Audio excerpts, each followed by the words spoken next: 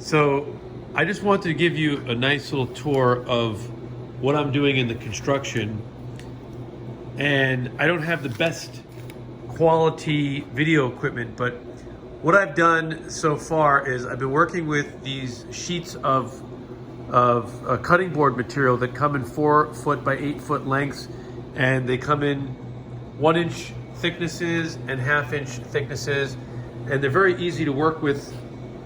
And it's an interesting material because I built big kitchens using a lot of this stuff.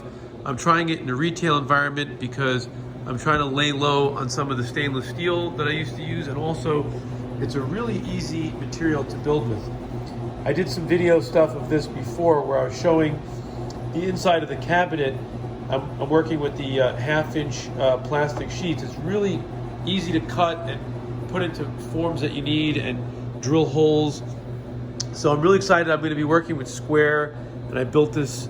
This will be a spot for a printer. Everything has a spot. All the wires will be really cleanly concealed.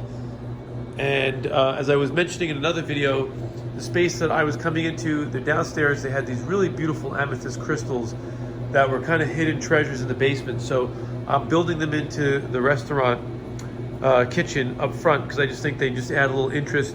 And I also hung some of these copper crystal holders from the ceiling using fishing line just to follow the elements through that I think connect the back retail better to the front of house kitchen.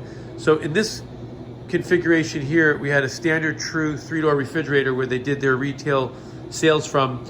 I'm gonna frost out the glass, and I'm gonna make this for backstock of clean produce and backstock of food items. And what I'm doing is I'm building a nice stainless steel insulated ice chest that will wrap around the entire counter. It's going to be a pretty massive little thing. It'll have a drain in it, and it's going to sit on top of the counter, and that's where we're going to sell all of the products from.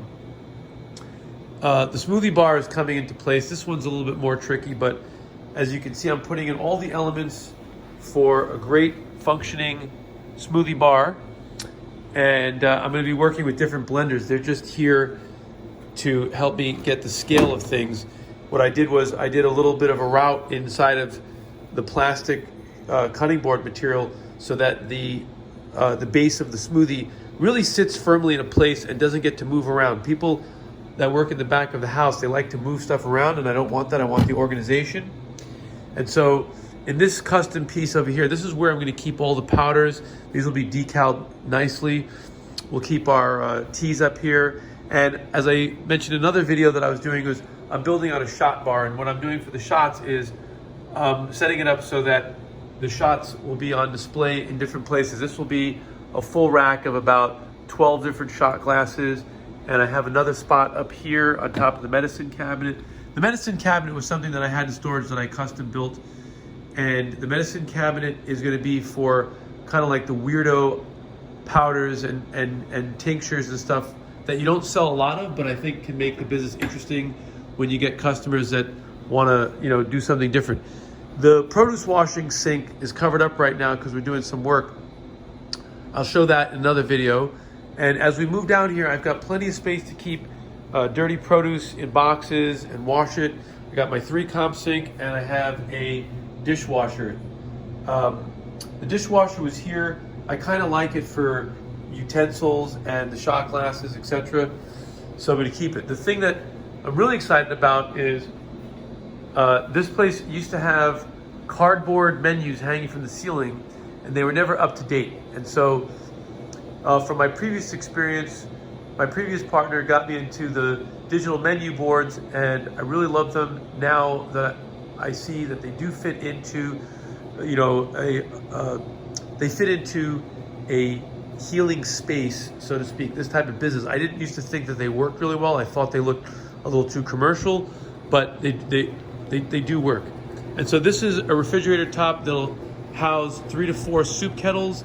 I have room for my metal utensils up here, takeaway soup cups, soup bowls, napkins. Moving around into the space, I'm starting on this side of the plastic, which I don't think the plastic is that great to show to the guest.